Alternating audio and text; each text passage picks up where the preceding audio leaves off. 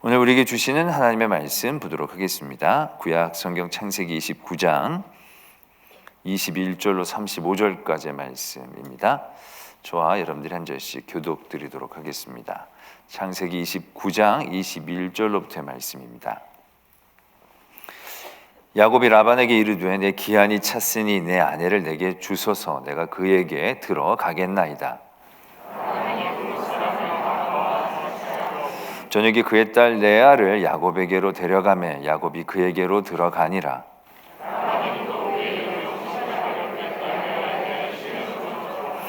야곱이 아침에 보니 레아라 라반에게 이르되 외삼촌이 어찌하여 내게 이같이 행하셨나이까? 내가 라헬을 위하여 외삼촌을 섬기지 아니하였나이까? 외삼촌이 나를 속이심은 어찌 됨이니이까?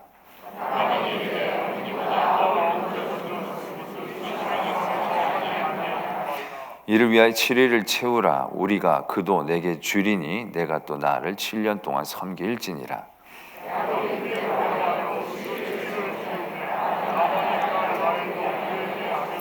라반이 또 그의 여종 빌하를 그의 딸 라헬에게 주어 시녀가 되게 하매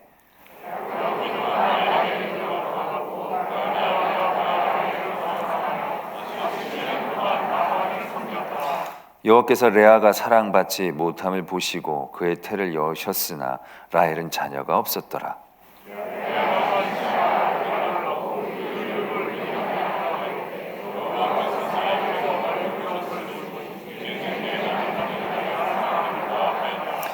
그가 다시 임신하여 아들을 낳고 이르되 여호와께서 내가 사랑받지 못함을 들으셨으므로 내가 이 아들도 주셨도다 하고 그의 이름을 시므온이라 하였으며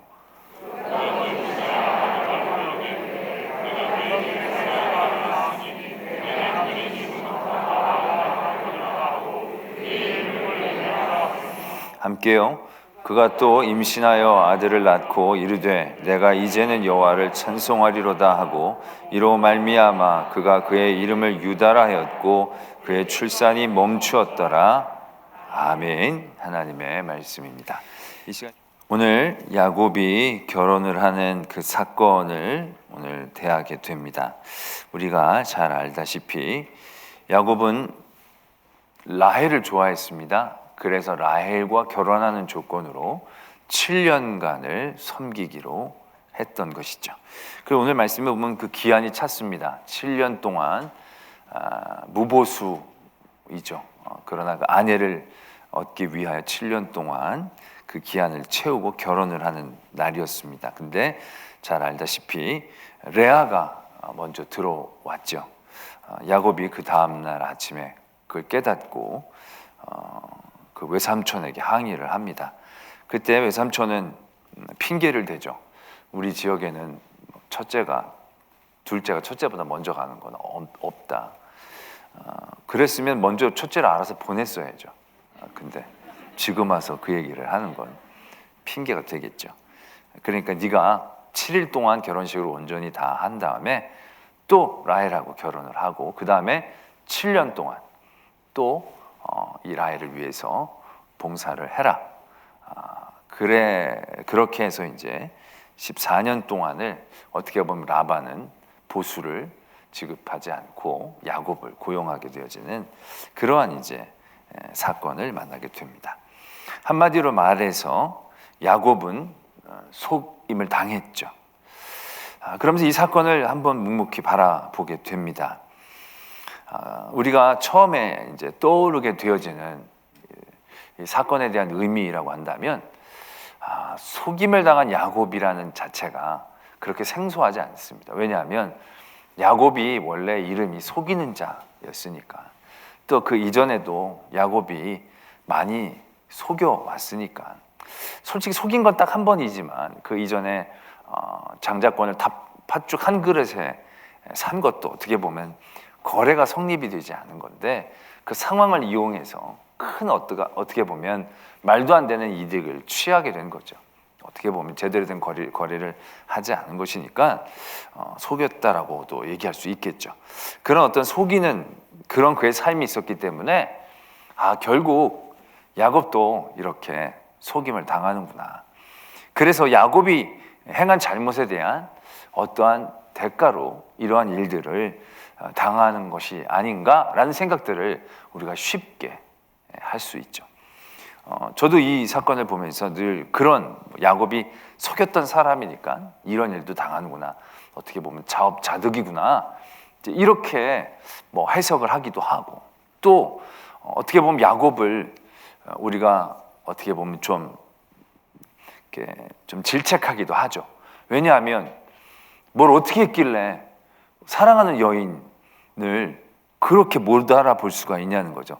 첫날 밤에 들어갔는데 뭔 정신으로, 뭐 그 나라는 어떻게 했는 건지 모르겠지만, 아니 뭐 하여튼 들어가면 확인은 해봐야 되겠을 텐데, 보면 둘이 닮은 것도 아닌 것 같거든요. 왜냐하면 인물의 차이가 난다고 이제 분명히 얘기를 하는 거 보면, 아니 나 같았으면 내 사랑하는 여인이면 숨소리만 들어도 알 것 같은데, 그렇지 않습니까? 어떤 느끼는 향기라는 게 있지 않습니까? 사람마다.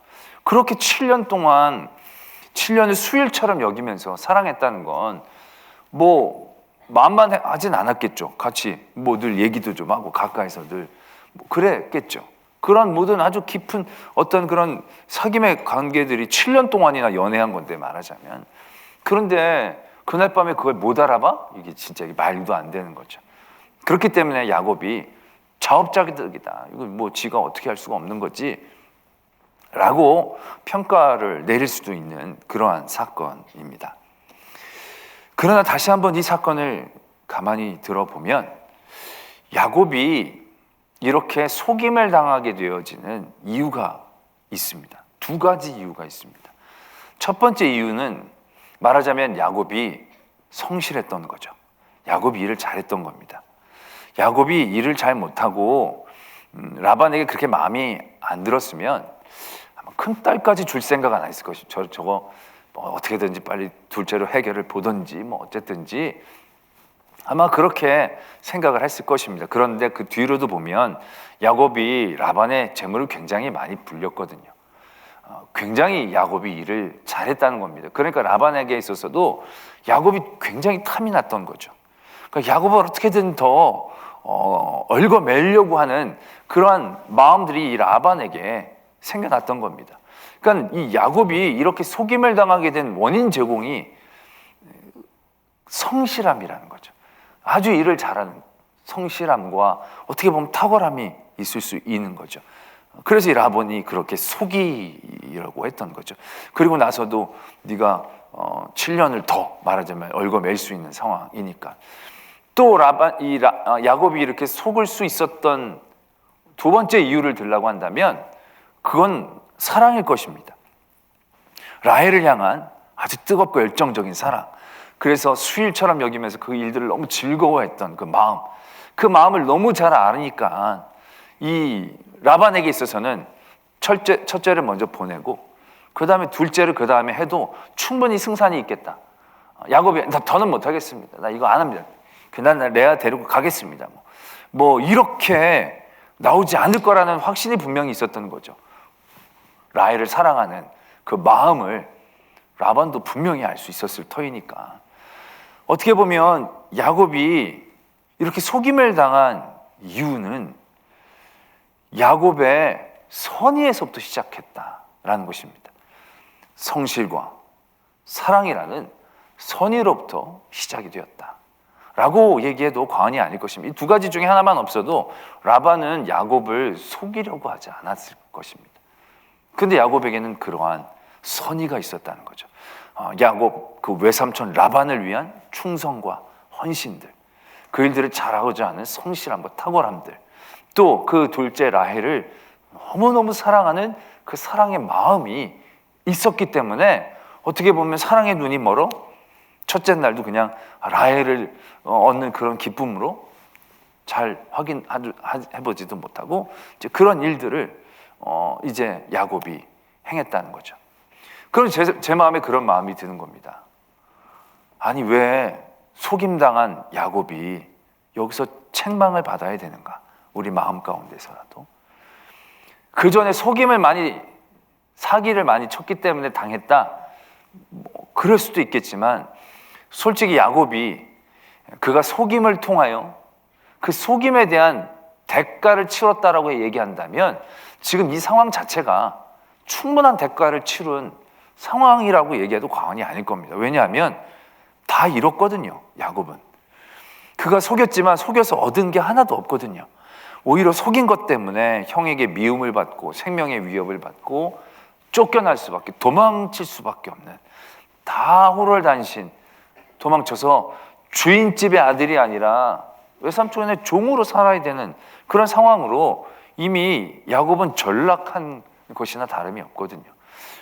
그 속임에 대한 대가를 치렀다라고 한다면 솔직히 그 대가만으로도 충분히 치렀다라고 얘기할 수 있는 겁니다. 그게 막 진짜 뭐 큰 대역죄인이라 가지고 끝까지 이 야곱이 한번 속임을 당할 때까지 하나님이 뒤끝 길게 가져가셨는가라고 생각하기에는 야곱이 이 속임을 당한 이 이후에 야곱의 선의가 너무 말하자면 귀한 거죠. 조금이나마 좀 그 마음에 허튼 마음이라도 있다면 그래 자업자득이다, 꾀를 부렸다, 그러면 뭐 자업자득이라고 얘기할 수 있겠지만 솔직히 지금 이렇게 야곱이 큰 사기를 당한 것은 야곱의 잘못이다라고 얘기하기에는 너무 야곱이 갖고 있는 마음이 귀했다라고 볼 수 있는 거죠. 우리가 살면서 그런 경우가 적지 않습니다. 특별히 뭐 요즘 이렇게 어떤 성범죄를 할 때도 뭐 여자분들이 뭔가를 잘못된 일들을 당하면 세상이 네가 왜? 그 치마가 그렇게 짧으니까 네가 말을 하니까 해프게. 옛날 사람들, 세상 사람들은 다 그렇게 얘기했거든요. 근데 왜 그게 그 여성분들의 잘못이냐는 거죠. 아니란 거예요. 나쁜 마음을 가진 그 남자들이 잘못한 거지 예쁜 게 죄예요? 치마 짧은 게 죄예요? 그게 죄는 아닌데 세상 사람들은 이상하게 그러한 브레임들을, 책임들을 서로에게 전가시키려고 할 때가 적지 않다는 거죠. 어떻게 보면 야곱도 지금 그래요. 야곱이 전에 사기를 쳤으니까 당했다. 그것 치고 너무 가혹한 일들을 당하고 있다라는 거죠. 솔직히 야곱은 잘못이 없어요. 이 사건에 대해서 야곱은 뭐라고 책임을 당할 그런 상황은 아무것도 없다라고 얘기해도 과언이 아니에요. 잘못은 라반이 철저히 잘못한 거지. 야곱이 잘못했다고 얘기하기에는 야곱이 너무 억울하겠다라는 생각들을 하게 되는 것이죠.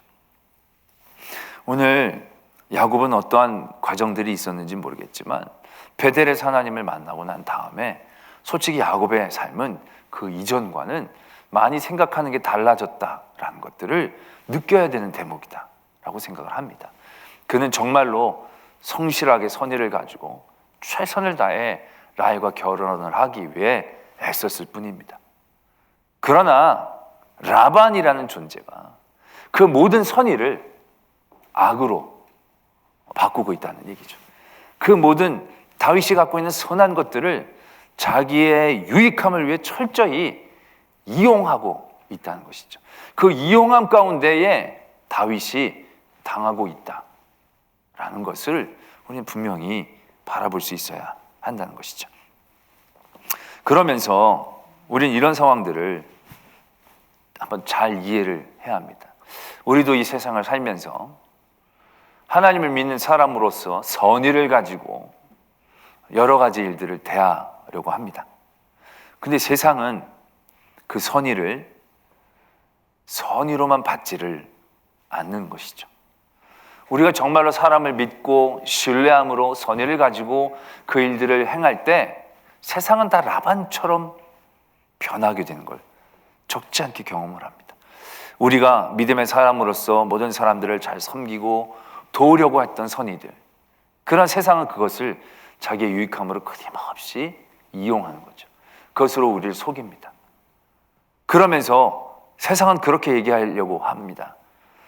속이는 사람이 문제가 아니라 속는 네가 잘못이라고. 솔직히 사기를 당할 때도 보면 사기를 당한 사람이 너무 자책을 많이 합니다. 아유, 내가 그때 조금만 더 깨어있었으면, 내가 조금만 더 잘 살폈으면. 잘 살피고 조금 더 깨어있다는 것은 무엇을 의미하는 것입니까? 세상적으로 보면 뱀같이 지혜로운 걸 의미할 겁니다. 그러나 그 속 내용으로 보면 의심이라는 거죠.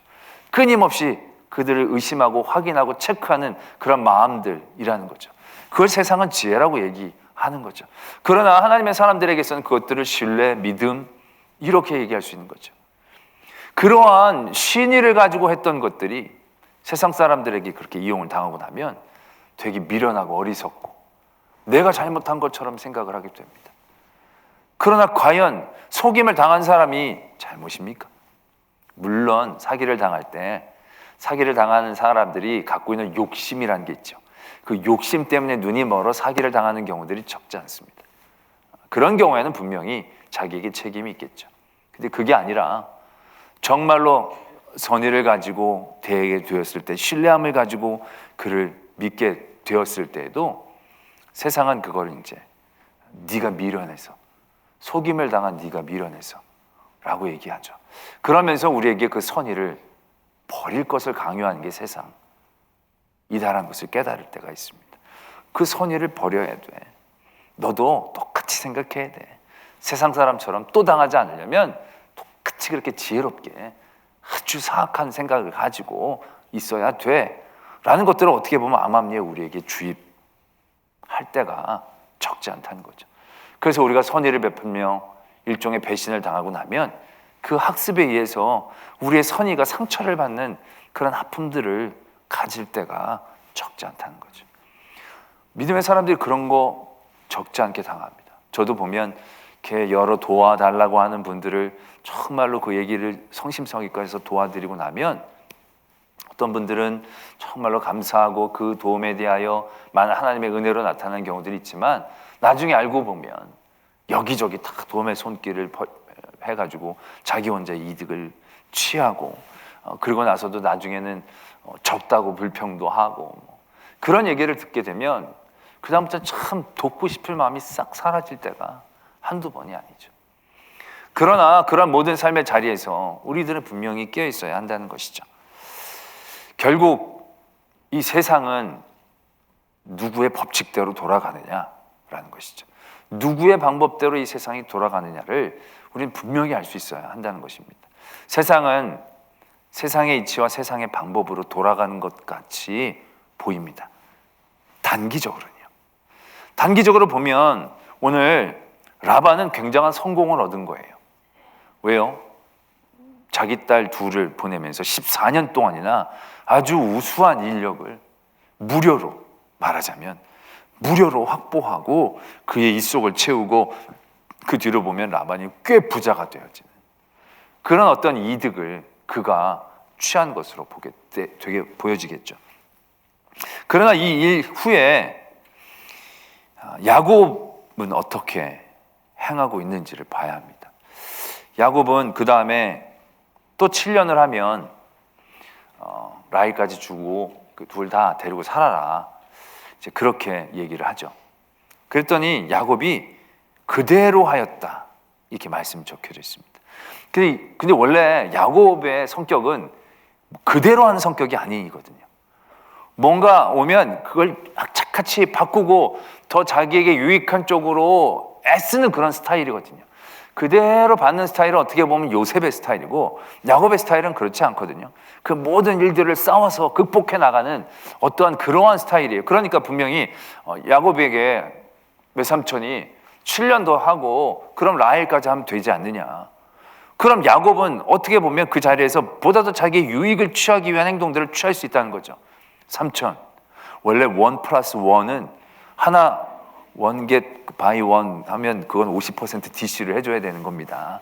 라던가 충분히 딜할 수 있는 라헬을 위해서는 7년이지만 이걸 어떻게 보면 레아를 위해서인데 좀 깎아줘야 되지 않겠습니까? 아니면 내가 7년 하지만 뭐 좀 나도 이제 먹고 살아야 되는 가정도 있으니까 뭘 좀 더 확보할 수 있게 뭘 해야 되지 않겠습니까? 말하자면 여러 가지 옵션을 해서 보다 더 자기에게 좋은 상황들을 만들어 나갈 수도 있었을 것입니다. 아니 그러려고 아마 야곱이 머리를 썼더라고 한다면 충분히 뭔가를 많이 만들어내고 얻어낼 수도 있는 상황이었을 것입니다. 근데 여기에 있어서는 야곱은 어떻게 보면 야곱답지 않게 그대로 그걸 받아들입니다. 자기가 속은 거잖아요. 너무 억울하잖아요. 또 7년을 또 한다는 게 너무 까마득할 수도 있잖아요. 그런데 야곱은 이 사건만큼은 그대로 받아들이죠. 그대로 받아들입니다. 어떻게 보면 그가 외삼촌 라반에게 선의로 다가갔는데 그 선의를 외삼촌은 악의로 자기의 유익으로 뒤바꿔 놓죠. 그러한 라반의 태도에 야곱의 선의가 상처받지 않고 있는 것을 발견하게 됩니다. 마음이 물론 상처를 받을 수 있었겠지만 그는 그런 모든 상황들을 그대로 그 전과는 다르게 그대로 받는 거죠. 어떻게 보자면 그 라반에게 대하는 태도를 그대로 가지고 간다라고 얘기해도 과언이 아니죠. 그 뒤로도 이 야곱은 라반에게 있어서 자기가 라반에게 성실했다는 자체들을 늘 강조합니다. 나중에 이제 자기의 몫을 뗄 때도 솔직히 야곱이 하나님께서 계시를 받아서 한 거지 외삼촌을 사기치거나 다른 방법으로 어떻게 하려고 한 건 절대 아니었다는 거죠. 그 야곱은 이 라반에게 굉장한 그 선의들을 놓지 않고 있었다라는 것을 우리는 보게 된다는 것입니다. 그러면서 이제 우리는 그 뒤의 얘기들을 바라보게 됩니다. 레아가 자녀를 낳는 그런 일들을 바라보게 되죠.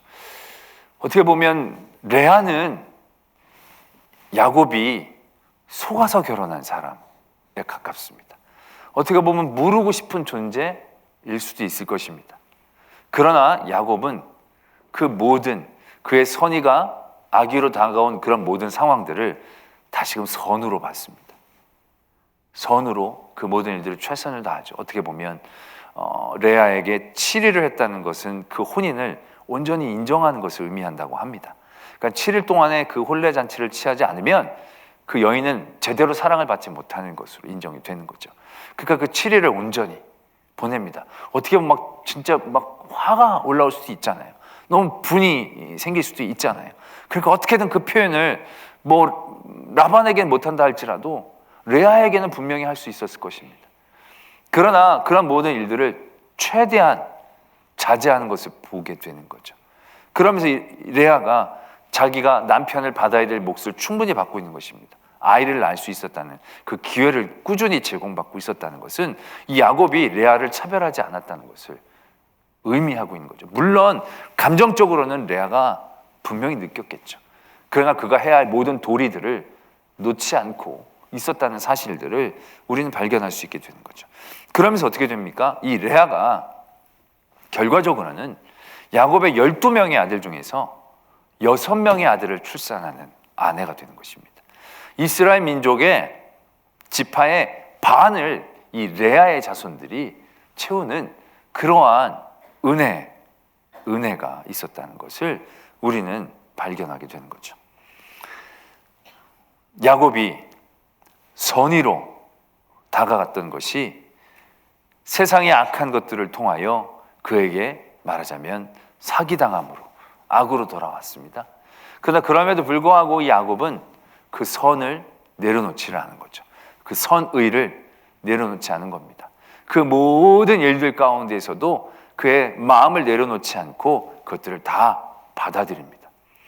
거부하기를 잘했던 야곱은 이 일만큼은 선의로 받아들이는 거죠.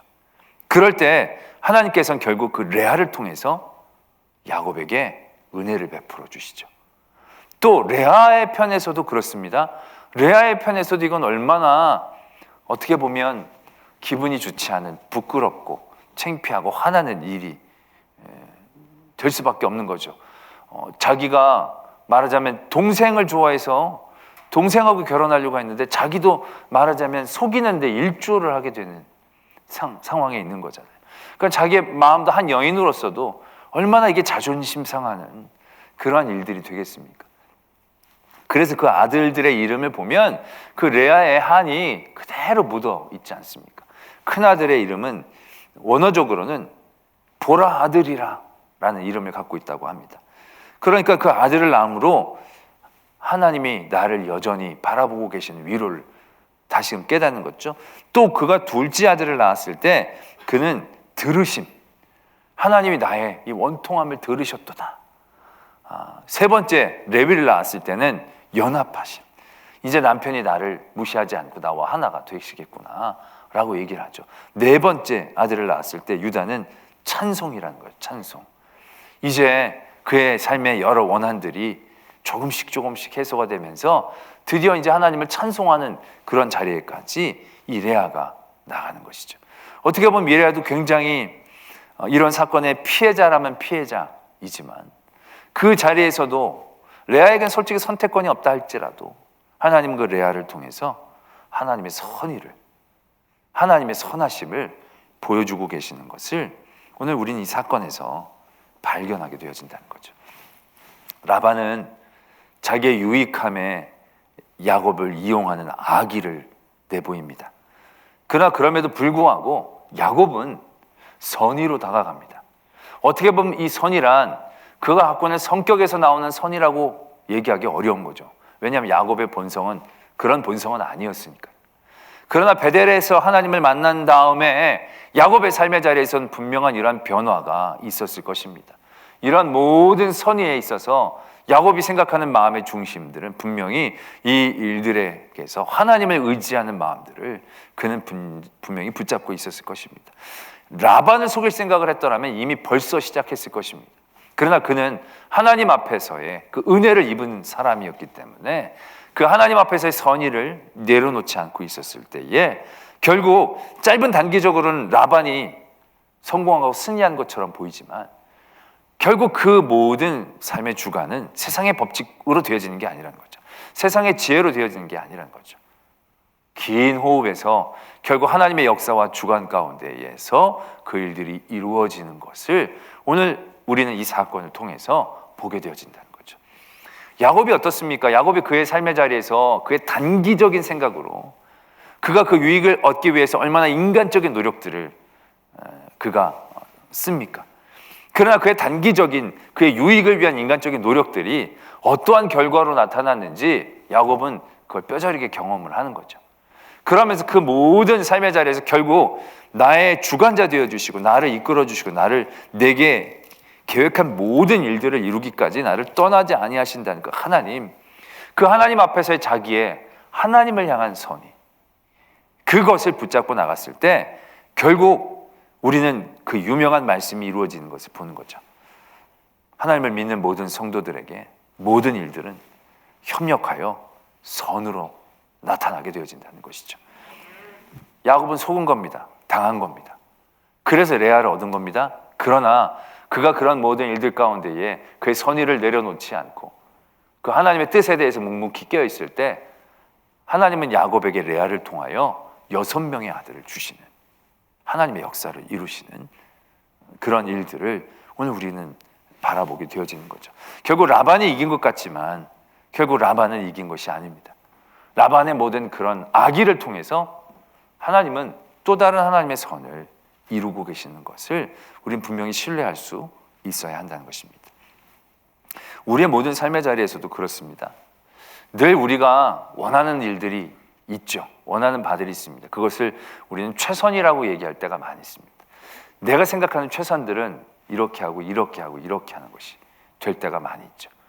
그런데 하나님이 이상하게 나의 최선으로 일을 주시지 않을 때가 너무너무 많은 거죠. 그 일들은 그 다음에 차선일 때도 있고요.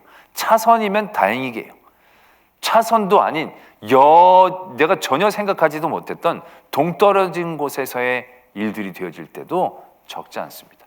그럴 때는 우리가 예상하고 예측하고 바라던 그것과 그 거리감만큼 우리는 굉장히 실망하고 절망하게 되어지죠. 그러나 여러분들, 우리가 인식하지 못하는 가운데에서 시간이 지나고 났을 때 우리는 그런 깨달음을 가질 때가 굉장히 많습니다. 아니, 거의 다 그런 생각들을 깨닫게 될 때가 있는 거죠. 어떤 생각입니까? 내가 생각했던 차선이 내가 생각했던 최선보다 내게도 최선이었다는 것을, 내가 전혀 길이라고 생각했지 않았던 이곳이 결국에는 내가 상상도 하지 못했던 길들을 열어주시는 하나님의 은혜의 통로였음을 깨닫게 되어질 때가 너무너무 많다는 거죠. 아직 그렇게 깨닫지 못하는 그러한 일들이 분명히 있을 것입니다. 그러나 그 일들도 그 이전에 우리가 그 일들을 이해하지 못했던 그 어떤 순간에 우리가 지금 있었기 때문이지, 그 일들이 지나놓고 결국 긴 호흡으로 주관자 되신 하나님의 이끌림 가운데 내가 그 모든 삶을 살아나가게 될 때 결국 우리는 우리의 삶의 자리에서 하나도 버릴 것이 없는 것을 깨닫게 되어진다는 것이죠. 말씀과 기도로 모든 것이 거룩해진다는 것이죠. 디모데서에서 보면 감사함으로 받으면 버릴 것이 없다고. 나의 모든 삶의 자리에서 고통도 눈물도 환난도 하나도 버릴 것이 없어요. 제가 전에도 말씀을 드렸지만 제가 군에 입대를 했는데 저희 아버님 친한 후배가 군종감이셨습니다. 군종감이 아직 안 놀라시는데 하여튼 군인 중 목사님 중에서는 제일 높으신 분이에요. 근데 그분이 아버님 아주 친한 분이세요. 제가 군에 갔더니 아버님이 잘 기다려봐라 한마디 해주시더라고요. 저는 그 말씀 하나 붙잡고 살았습니다. 처음에 자대 배치를 가서 부대를 갔더니 첫날 저녁에 사람들을 쭉 세워놓더니 때리기 시작하는데요. 진짜 야삽으로 때리는데 푹푹푹 소리가 납니다. 그냥 소리도 안 납니다. 너무 아프니까 이게 아니라 욱 이러고 다들 막 넘어지는 거예요. 이등병이라 맞지는 않았습니다. 제가 자대 배치 받은 지 한 2, 3일 된 후였으니까 이렇게 허공을 바라보면서 소리만 듣는 거예요. 여러분, 소리가 진짜 무섭습니다. 차라리 맞는 게 낫다 싶을 정도로 소리가 무섭습니다. 그러고 났더니 아득합니다. 여기서 빨리 벗어나게 해달라고. 그러면서 이제 제가 군종 이제 병이 되어지는 그 기도를 열심히 들었습니다. 그리고 한 2, 3주 정도 됐더니 사단 교회에서 군종 참모님이 저를 오라고 그러는 겁니다. 그랬더니 우리 부대 내에서 너는 가는구나 막 이러는 거예요. 너무 좋아했습니다. 그래서 제가 군종 참모님을 딱 찾아갔더니 군종 참모님이 저를 딱 잡으시더니 지금 군종 병이 너무 많아서 군종감님이 말씀을 해주셨는데 어떻게 너 그냥 자대가 좋다고 얘기를 하는 게 좋지 않겠니? 저한테 이렇게 얘기를 하는 거예요. 제가 거기서 뭐라고 그럽니까? 아닙니다. 저는 이 교회 뼈를 묻겠습니다. 뭐 얘기 안 나오더라고. 네, 알겠습니다. 그리고 이제 그럼 자대 열심히 해라. 저를 보내주시는 거예요. 돌아오는 길이 정말 지옥으로 들어가는 길 같았어요. 내가 앞으로 목회를 하고 그럴 사람인데 이 군종병, 이 군인 교회에서도 열심히 해야 되는데 이게 뭡니까 막. 너무 원망이 많이 됐어요. 그리고 자대 생활을 시작을 하고 군 생활 동안에 예배 출석하는 것 이외에는 전혀 봉사를 못했어요. 전혀 할 수가 없었더라고요. 너무너무 제가 그때 답답했죠. 근데 지금 지나놓고 보면 제가 교회를 열심히 하는 가장 큰 원동력 중에 하나를 꼽으라면 바로 그때를 꼽습니다. 왜냐하면 정말로 하나님의 일을 못했던 그 시간과 순간들이 얼마나 뼈저리게 고통스러운가를 경험했던 시간들이니까. 솔직히 제가 군에 갔을 때도 그 전에 교회 일이 너무 많아가지고 약간 도피성으로 군에 간 거거든요. 좀 군에 가면 교회 일을 좀 덜까 봐. 그래서 군에 간 그런 마음도 조금 있었거든요. 그런 모든 것들이 후회가 되면서 제가 제대한 이후에는 교회 일이 아무리 많아도 불평이 나온 적이 한 번도 없습니다. 제가 교육부 부목사 했던 때도 일이 어마어마하게 많았는데 그때도 정말 제가 한 번도 그 일들이 불평이 돼본 적은 없어요. 좀 알아달라고 투정을 부린 적은 있지만 불평을 한 적은 없어요. 왜? 그때 한 3년 가까이 제가 그렇게 교회를 한 번도 못했던 시기는 역사상 없었으니까. 근데 그 시간들이 얼마나 처절하게 힘든 시간들인지 경험을 하니까 그 모든 시간들이 하나도 버릴 게 아니다. 정말 다들 남들은 군대 생활 버리는 시간들이라고 다 얘기했는데 어떻게 보면 정말 젊음을 많이 묵힌 시간이긴 하죠. 그냥 지나놓고 보면 그런 모든 것들 하나하나가 모든 고통의 시간들 하나하나가 모든 이거는 아닙니다라고 했던 순간들 하나하나가 결국 하나하나 하나님의 은혜의 시작이었다는 사실들을 깨닫게 되어진다는 거죠. 물론 지금도 이해 못하는 몇 가지가 있을 수 있겠죠. 그러나 저는 믿습니다. 결국 그것도 하나님은 하나님의 역사로 바꾸어 내실 것입니다. 그 모든 상황과 순간 가운데에서 우리가 그 하나님에 대한 선의를 내려놓지 않고 하나님에 대한 주권에 대한 강한 신뢰감으로 우리가 나간다라고 한다면 그 모든 시간들은 결국 하나님의 큰 은혜의 모습이 되어질 것입니다. 오늘 야곱이 그러한 선의로 악한 일들을 당했지만 그런 일들을 그대로 받아들이며 나아갔을 때 하나님은 레아를 위로하시고 그런 레아를 통하여 야곱도 위로하시고 그 선의를 세상의 악한 것을 선한 하나님의 은혜로 바꿔주심을 오늘 발견하면서 우리의 모든 삶의 자리에서도 그러한 하나님의 은혜가 있음을 믿고 신뢰하는 저와 여러분들이 되어지기를 소망합니다.